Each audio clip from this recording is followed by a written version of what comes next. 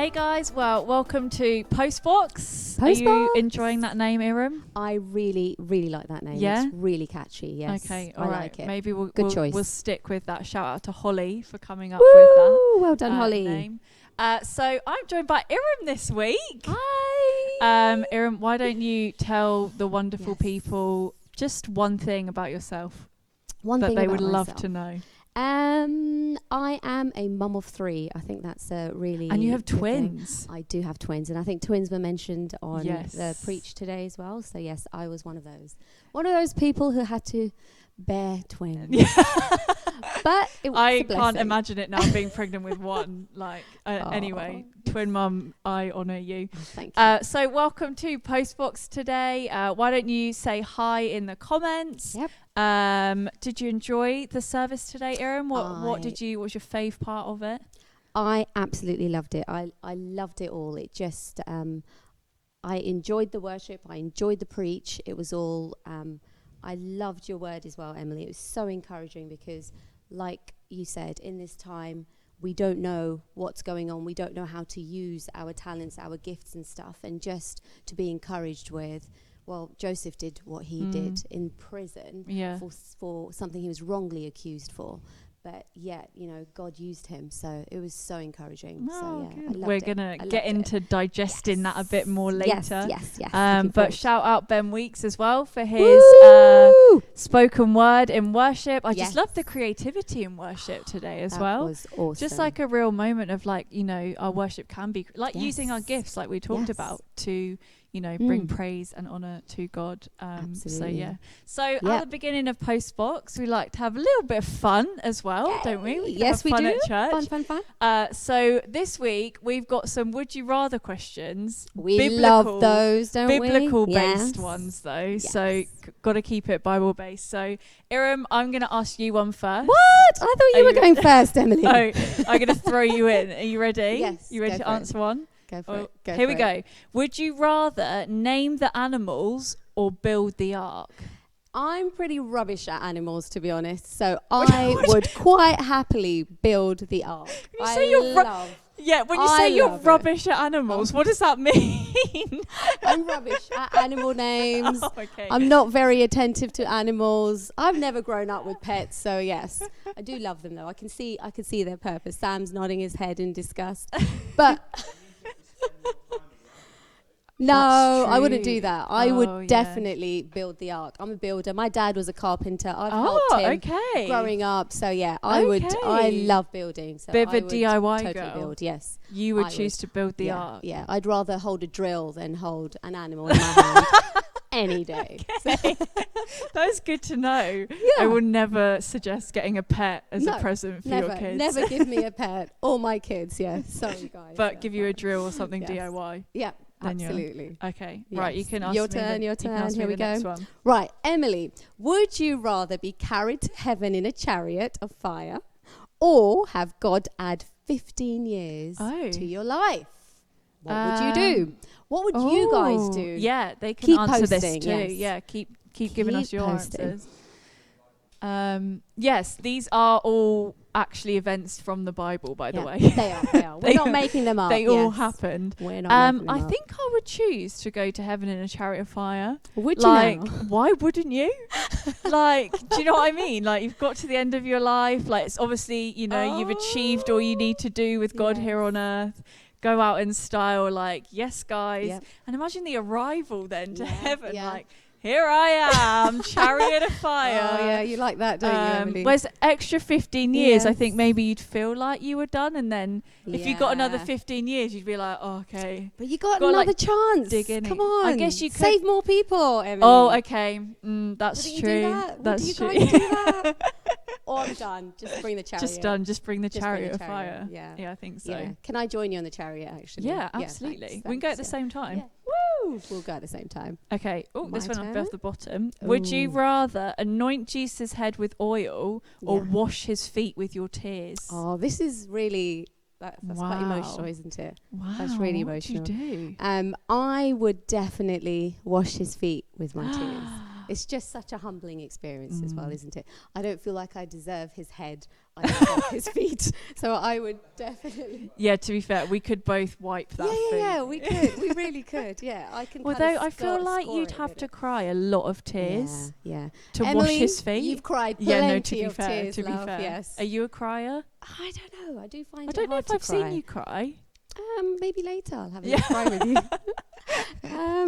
I can cry. Yes, I do cry. Yes, I do cry. But and I'm sure in that moment when we see Jesus, like tears will just stream. My right? goodness. Yeah. Yes. No matter I guess how in this dried up we moment are. as well, the significance of it would make you cry. Absolutely. Because they would have had really dusty feet.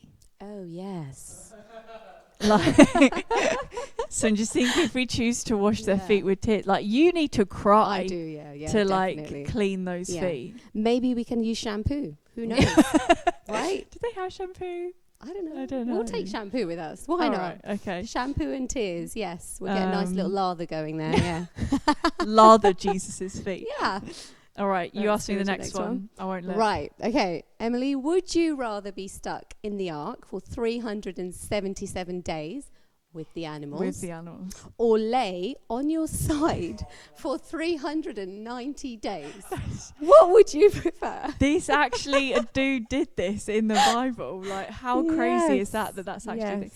My goodness, I would have to be on the ark. There's no way I'm lying on my side for 3. That's longer than a year. That is insane amount of time, isn't it? Ezekiel lay on his side for 390 days. Wow. And I mean, already now, I don't know if you...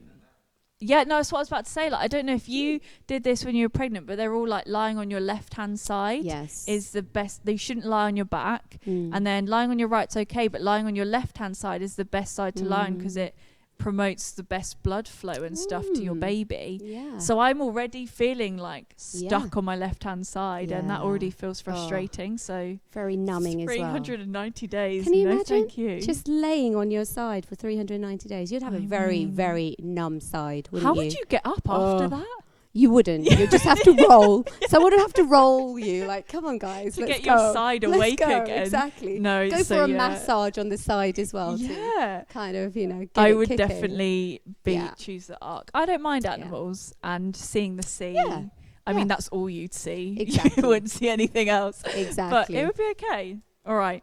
Would you rather, and again, these both happened in the Bible. They did. Would you rather eat a scroll, Irum, so actual paper with things written on it, or drink vinegar? Oh, gosh. I have drank apple cider vinegar. Oh, okay. But I'd often put a little bit of honey in there, a little ginger to sweeten it up. I don't know, I quite like the idea of eating a scroll, actually. Maybe I'll eat a scroll. I'll go with a scroll. What would you guys do? Would you eat a scroll? Would you eat a scroll? No. Absolutely. Wow. That's where I was going. I will eat. You could then say you've eaten the word of the Lord. Yes. So you're literally taking... Definitely. It's more than bread, isn't it? It's a scroll with his word on it. Wow. Yes. I will eat a scroll. All right, Irum's going to eat a scroll. Yeah. Maybe we should challenge you. No. I'm going to find a scroll. Hypothetical, well, Emily. by the way, here is... No. Okay. So, right, Eat a scroll, Irum. Ready? One for you now, Em. Yes. Right. Oh, you're going to like this. Would you rather be imprisoned for over 2 years or be swallowed by a whale? Oh. Yeah. Oh. And I guess being in prison for over 2 years, like, it's not going to be nice prison either back in Bible. Not that prison is nice, but do you know what I mean? It's not going to have any sort of comfort level. I still think I'd have to choose prison though, because the smell of a whale would just be like the insides. Horrendous. I don't know if you have you ever watched what's that film called where they go whale hunting and it's about getting the oil, Heart of the Sea. No, and you see like he goes inside a bit of a whale and it's gross. No, I wouldn't. Yeah, I'd be in prison with you as well if I had to choose. Absolutely. I'm not going in a dirty stomach. Thank you very much. No, I'm definitely choosing prison for 2 years. Yes, I'm with you. Okay. Right. Would you rather watch Lazarus be raised from the dead Yep. or see the Valley of Bones come back to life? Which is literally bones getting flesh and skin and muscles on them again. Wow. They're both pretty powerful, aren't they? Yeah. And the miracle is insane if we were to see this happen. That's so hard. I love the idea of seeing somebody be raised from the dead, but bones back to life. Yeah. Like, what? I would go with the bones, definitely. I bones feel like come that would back to be life. really spectacular. That would, yeah. That would be very raise your spectacular. faith. It would. I mean, even Lazarus being raised from the dead. But then people could argue, maybe he didn't die. Maybe he was just in a deep sleep. So the doubt can kick in. I love those arguments. But seeing Valley of Bones come back to life, like, you cannot even... You can't. You just can't. Like seeing the muscles and everything form on a the skeleton. Organs forming, hair. I wonder what they look growing, like. Do you reckon they all look the same or do they look different? Anyone know? Yeah. No They'd ideas. probably look different, wouldn't they? Yeah, I'd imagine they look different. Yeah, I think they would. Yeah, That would be definitely. pretty Definitely cool. the latter. That would be Absolutely. cool. Do we have okay, more? Yes. Okay. I think maybe Oh, for me. Emily, look. Oh, look at do this I one. get the hard one? You do. You ready for this? No. Would you rather betray Jesus or deny Jesus? Oh, I'm so glad I'm not answering that one, guys. Because, like, you know. What would you do, Em? What would you do? talk about like being between a rock and a hard place. Absolutely. I mean, yes. obviously neither of these is good. Nope. But Mm-hmm. I don't want to choose either. Well, you have to because But it's the game. yeah. Choose. And I know you're competitive. I know. So if I don't choose, you Terrible. win. So Yeah. I did ask Emily, does anybody win in this game? How can I win? She was trying to figure out how Yeah. she could win. Yeah. She would let you win. No. Okay. Right, I come on. choose denying because when Peter does it, Jesus obviously Mm. gives him a chance to be restored, Mhm. whereas Judas doesn't get that. Mm. So if I had to, if I Yes. really, really had to, Yes. even though I really don't want to, Uh-huh. then I think I'm not even don't want to say it. Like I wouldn't choose it. Yes. We'll just point to it. Which one would you do? Yeah. Yeah. That one. We Yeah, can't that's a speak good it. No, we We can't. can't speak it. We can't speak it at all. Okay. Definitely. Well, I hope you enjoyed those fun. Would you rather questions? A little bit of fun Yeah. into, and also seeing how wild the Bible can be. Absolutely. Like Very actually, wild. I'd forgotten about the whole lying on the side and Yeah. someone eating a scroll. Yeah. Why would you remember that information, right? So yeah, Very really different. interesting. Very different. Really interesting. Right, what are we going to now? So Mrs. we Irum. are going to go to a short break. Is that Mhm. right, Emily? Yep. Short break, and we're going to play a little video for you, and it's about one of the sermon series, Earthshake, and it's Emily's Mhm. series. So give that a watch, and once we come back, we will be talking a little more about the awesome preach. Yep. Enjoy. Hey guys, and welcome to our series Earthshake, where we're going to be looking at how to stand strong whilst things change in our lives. And I wanted to just introduce this series to start with by just stating the fact that change is always happening. Whether we like it or not, change always happens. Think about you and I for a moment. I've been on this earth for 29 years and I've changed a lot in that time, both physically and mentally. I have changed a lot physically from when I came onto the earth to where I am now, and mentally I've changed too. Intelligence and understanding and attitudes and thinking. I have changed a lot over those years. And whoever you are watching, whatever age you are, you will have changed a lot as well over your years on this earth. And you see, on this earth, we experience so much change all the time.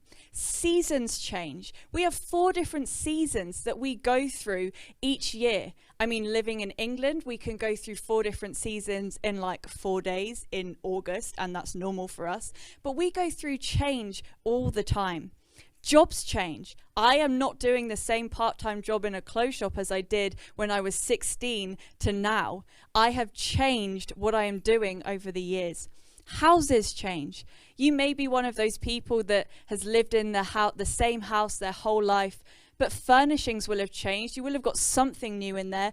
Or maybe you are a bit more like me and you've been in some different houses throughout your life. And where you've lived, your experience and your surroundings of living have changed over the years as well. Hairstyles changed. Can I get an amen for that? Praise the Lord that my hairstyle has changed over the year. Even things like that change. Fashion changes.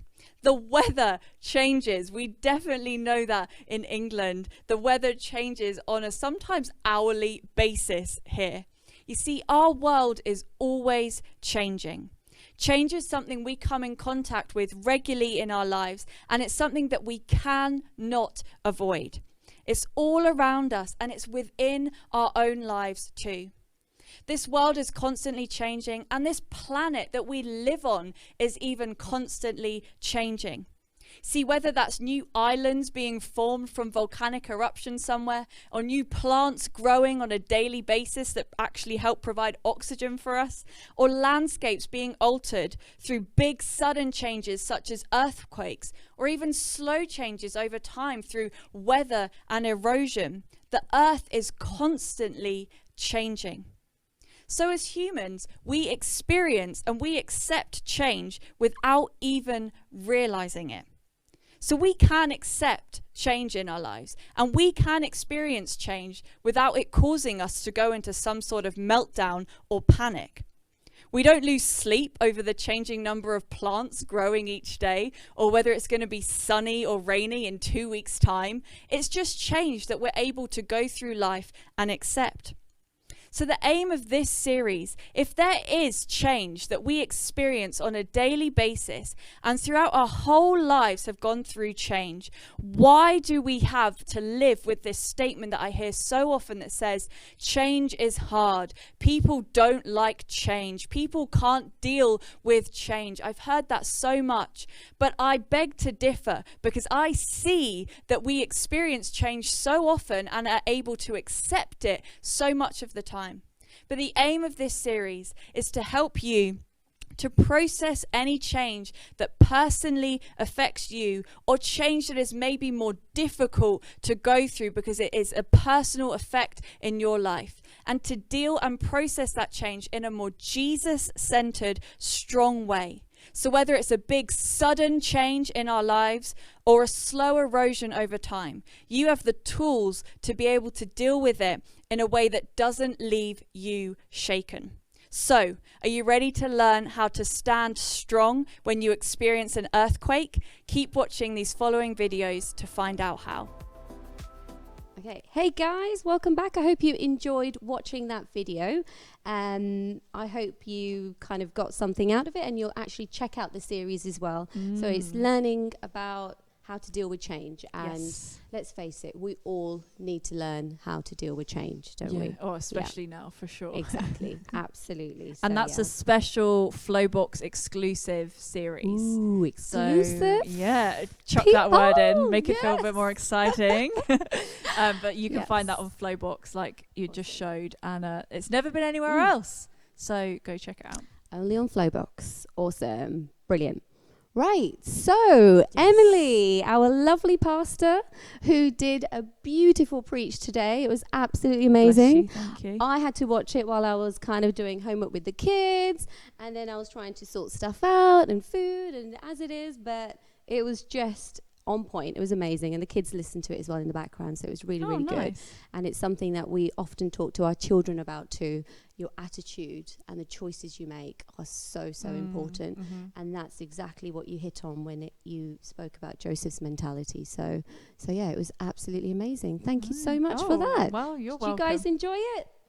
Let's hope so. Awesome. Yes, comment. I loved it, and it's something that I work with an organisation called East to West, and I speak to young children, and a very common theme when speaking to these young people is about their attitude to things that are happening to them in school or in their home life. It's such a powerful tool if everybody can understand the power that you have in the choices that you make in those moments. It can just take your life from this way to that way. And everybody wants to choose a path that leads to God or that leads to the good, as opposed to the other way around. So it's awesome. It's so good. Absolutely loved it. It was so good. I need to watch it back again.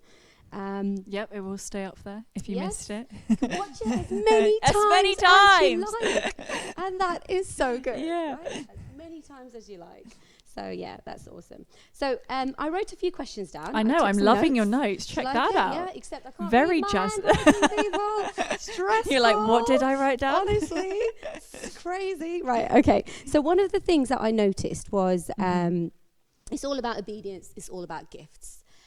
Obviously, a lot of people, probably not obviously, but people do find it hard to find out what their gifts are. Sure. Like, you know, there are things that they're naturally good at.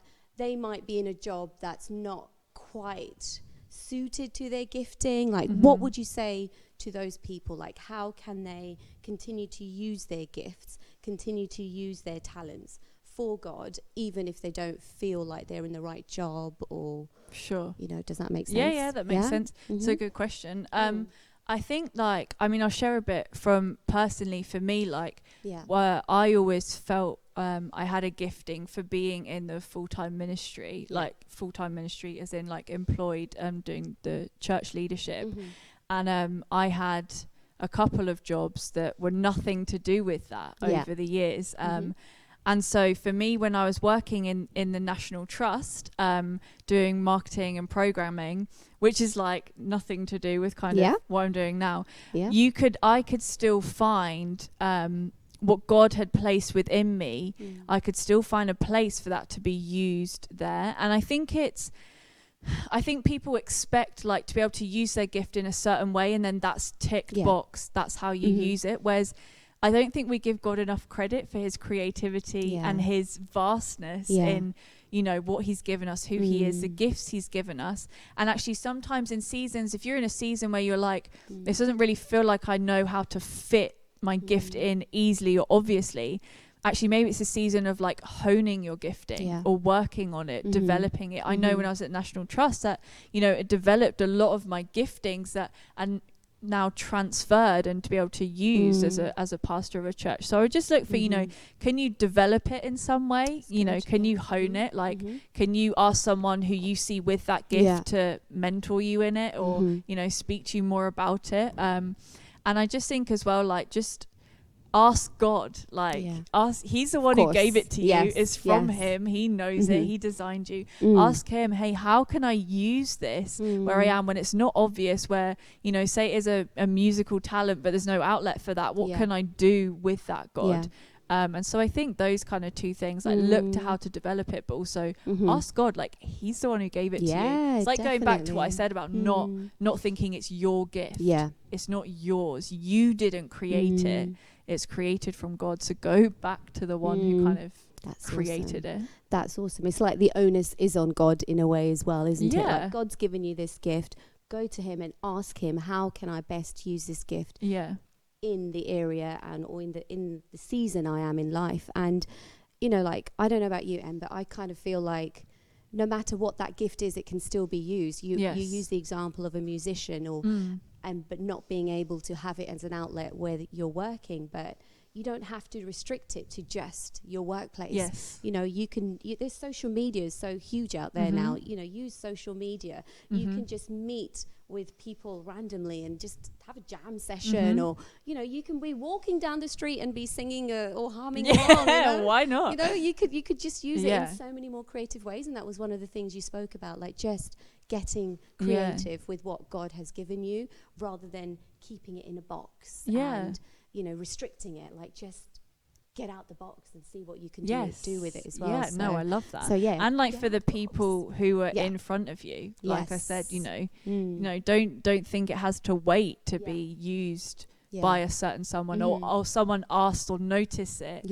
Be like, well, I've got my family, I'm a musician, how can I teach one of them? Or you know, can I give teaching lessons online? Or I love that as well. And obviously we use it in the context as well for like building up the church and using it for, you know, this musician one we're kind of talking about, like for worship too, like just you know, And actually, meant to do this in my preach, but I'll just do it quickly now Yeah, as well. why Like, not? wanted to encourage, like, because we've had a couple people in our community, like, who've done stuff, you know, they have done this during this time. And one of those was Maria. She did a bunch of, like, live streams. I don't know if you ever watched those. Awesome. Where she did worship over live stream. And I just loved her attitude towards it, because she was like, do you know what? I've got this gift that I can't use in the normal way I did, but I'm going to adapt it and say God can still use this. And, you know, it didn't matter to her how many people turned up. She wasn't doing it for herself. It was like, let me just offer what God has placed in me in a new way.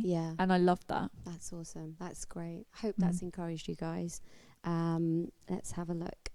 Right. I love what you said about improvise, adapt, and overcome. I was like, give me a pen quick, I need to write this down. Bear Grylls. Just Credit Bear Grylls. I haven't seen any of Bear Grylls yet, but I think I need to after that. I think you'll enjoy it. I love that. And if we can't improvise, adapt, and overcome, we'll just be stuck in life, won't we, Emily? Like, we will. You're literally just stuck and you're defeated almost based on thing that you're facing. That's it, like no way out. But there's always a way out with God. There's always a way out. And I think as well, like, if we're followers of Jesus, like, we are people who can overcome. Like, this idea that you can get stuck in something, you can let a circumstance freeze you, I think doesn't then give enough credit to the power of Jesus Christ that's living within us and who we actually are. Like, it takes away from who you actually are in Christ if you let a circumstance defeat you or determine your mentality or attitude. Absolutely. Yeah. Right. Here's another one. I thought this was quite a good question, guys. Oh, okay. Right? Okay, ready? Go for it. So, do you think it is important to always talk about Jesus when you are attending to those around you or using the gift around you? Should you always bring Jesus into your using of the gift? Wow. Yes. Okay. Or can you just silently kind of be an example of his love when you're doing it? Like, what do you think, Em? I think, I always used to have kind of this mentality of like, I will show up really well and demonstrate his love. And all those things are important. But I will say I noticed when I was at the National Trust that that is fine, but it should open the door to a conversation about Jesus. And actually, when I did that and I allowed the door to be open and I stepped into the conversation about Jesus as well, that's when you got like the moments where, you know, Jesus really could come and change someone's life. And I'm not saying that, you know, using your gift with the power of Jesus won't change someone, but I think there has to be a recognition of whose it is and where the power comes from. And actually, I noticed, you know, when I was in different work settings, yes, my giftings and different things would, you know, make people see me differently, and, you know, they'd say things like, there's something different about you or whatever. But that I always allowed that to open the door to then say, well, it's because of Jesus. Because then I think his name, like, you just can't underestimate actually speaking his name and the importance of putting his authority in his name in a conversation. So you're saying it's good to present yourself as Jesus would, you know, like the quality of and the love, and show that in the things that you do, how you do things, but also look for opportunities to bring him in as well, like, you know, like point to Jesus, basically point to him. So that is really important. Otherwise people will think that, oh, you're just, you know, you're an awesome person, which you are. But there's a reason behind it as well, isn't it? There's something driving that too. And I think you don't want to get to a place where you're kind of you're being just a good person. And you know, because the world can do, and the people in the world who don't know Jesus are good people. Absolutely. And they do good things, and they use their gifts well as well. They do. So there's, you know, we can do that, but actually there's meant to be something different about us. There has to be that step further. You know, we carry his name, so I think we have there's an onus on us to speak his name and do it in his name as well. Definitely. That's good. Hope that's encouraging. I'm enjoying your questions. Yeah. Well done. Good question asker. Thank you very much. And I did it in chaos this morning as well. Yeah. So yes, come on. Good things come out of chaos, guys. Good things. Multitasking. Exactly. I also really like that your header is don't forget. Don't forget, yeah. This was literally all I could find. It wasn't planned, guys, but I'm glad you like it, Pastor. Yeah, Points. Awesome. I like it. Right. Let's have a look. So the other thing that really kind of I got thinking about was how Joseph was imprisoned, wrongfully imprisoned, and he still carried out his work of God. He still did that, and he did that in a really, really beautiful way. But when he kind of interpreted dreams with the prisoners, one of the things that he said to the prisoners was, make sure you tell Potiphar. Sure. Right, yeah. And so it was almost as if like there was a reason to why he was almost doing it as well, because he wanted to come out. So it wasn't that he was just doing it for no apparent reason. He was using the gift God has given him, the talent God's given him. But he did instruct the prisoners to tell Potiphar, right? So I found that really, really interesting. And obviously they didn't. They came out of prison. I know, they forgot about him. Free.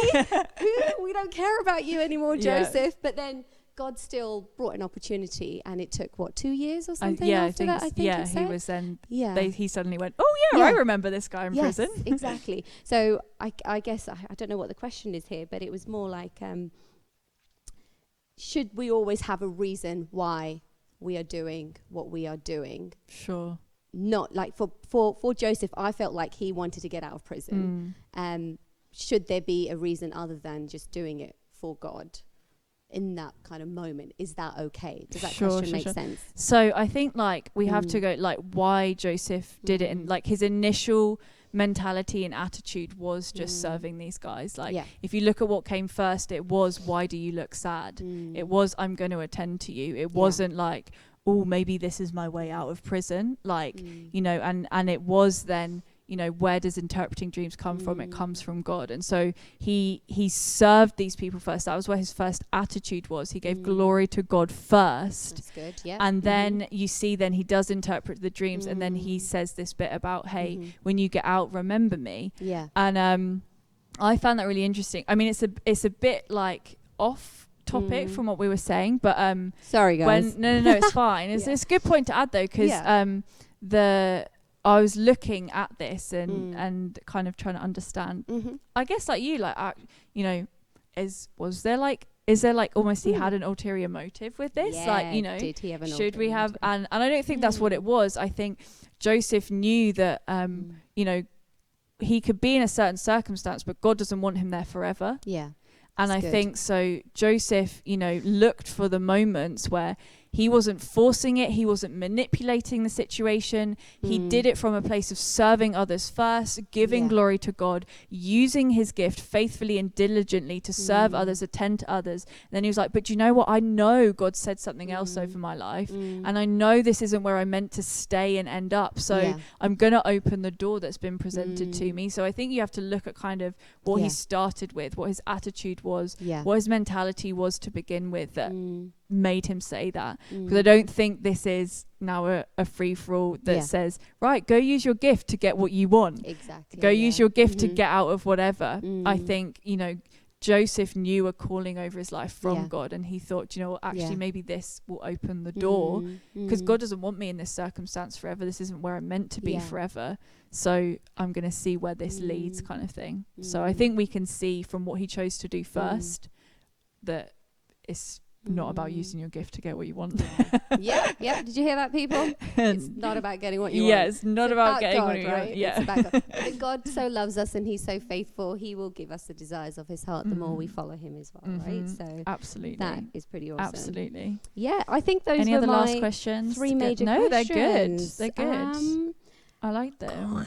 Can I ask you, Irum? No, Emily, you cannot. She was like, "You're not going to throw it to me, are you?" No, I was like, you can ask me a question. Well, no, I was just thinking, like, you know, I guess it'd be cool to hear from someone in this season. How do you think, you know, you have, used your giftings, or how do you feel challenged in actually how you could be using them for the glory of God to serve others and further his kingdom? Do you feel like that's been affected? Like, what did it kind of speak to you personally about? I mean, I feel like a lot of people, when you ask them that question, they will just go to their jobs, because when you apply for a job, it asks you about not your gifts, but it asks you about your experience, the things that you're good at. So you kind of like see it almost like a checklist. So my head also went to my job first. And I do feel like in my job, I do feel like I'm serving my job according to what I feel like the gifts God has given me. But then when you mentioned, it could be, you as a mother, you as a daughter-in-law, you as a daughter, like you've got family, we've got friends, we're also serving in church as well. And yeah, it did challenge me. I did stop and I think, okay, am I actually using my gifts and my talents that God has given me in this season too? And I love this new setup with Flow as well. It's just been awesome. It's been so good to just be able to come on board and sit there and ask, okay, what are my talents? What can I bring? And it's not something that just comes to us naturally. Like, it does come naturally, but when we've got to stop and we've got to ask as well, isn't it? Like, God, okay, what have you placed in my heart? What can I give to this season in life? How can I make that difference? How can I help others, or whatever it might be? But what can I do in this season? Because everybody can do something with however little or however much they have. There's always something to be done. So it's always a challenge, because then there are times where I'll get really tired and I'll just sit and I watch Netflix and then I think I'm wasting my talent. What am I doing? But then you kind of need to balance that out as well, isn't it? Watching Netflix is still okay from time to time. Okay. Although you've cancelled. Yes, Netflix you as have. well, because of the whole cuties thing. So I'm not missing it, guys. It's good. I just watch Flowbox. It's okay. That's what I do. Oh, there you go. There we go. It's all you need now on the telly. Yeah. Just No, I love that though. Like, I think, yes, we can default to thinking, how am I using my gifts in the place where it's really obvious as to how you're using them. But actually, it's right. Like, you've been given a family, you've been given in-laws, you've been given neighbours, that you've been given maybe a team at church you're on. Are you really using what God's given you to serve others and faithfully, diligently, growing that gift? So, and I love, like, ask people around you. Like, if you're unsure, what are my gifts? What are my talents? Ask people around you, because they know you, they see you. And, we've got lovely pastors as well who we can just come to too. And you guys are very good at, sharing and helping us discover things as well. So there's people around you. Just look at their lives and ask them, hey guys, what do you think my talents are? Because often we don't see it, do we? Because we can be our own worst enemies as well. So just asking people around you, I think it's a good thing. And asking your pastors is even better. You can people always ask these guys. You can always ask these guys. Yes, they have a direct link to Jesus. You're just slightly higher, like the connection's just we're on the Wi-Fi, not on the 4G. They're on the Jesus Fi, aren't you? Yes, they are. So no, I'm joking. Not, we all have access, but you guys, I just think it's so important to ask our church leaders as well, because you guys are the ones who kind of speak over us, are praying for us, and I just feel like God speaks to you guys. So I want to know what God's saying to you guys about me, but privately, not on this. I won't do it now. I think we'll leave it there for today. Awesome. I hope you guys enjoyed PostBox today. Thanks, Irum. Give a round of applause, shout out and honour Irum for first time doing this. Did it beautifully, wonderfully. Thank you. And guys, I hope you have a great week, and we will see you next Sunday. Woo! Bye, guys.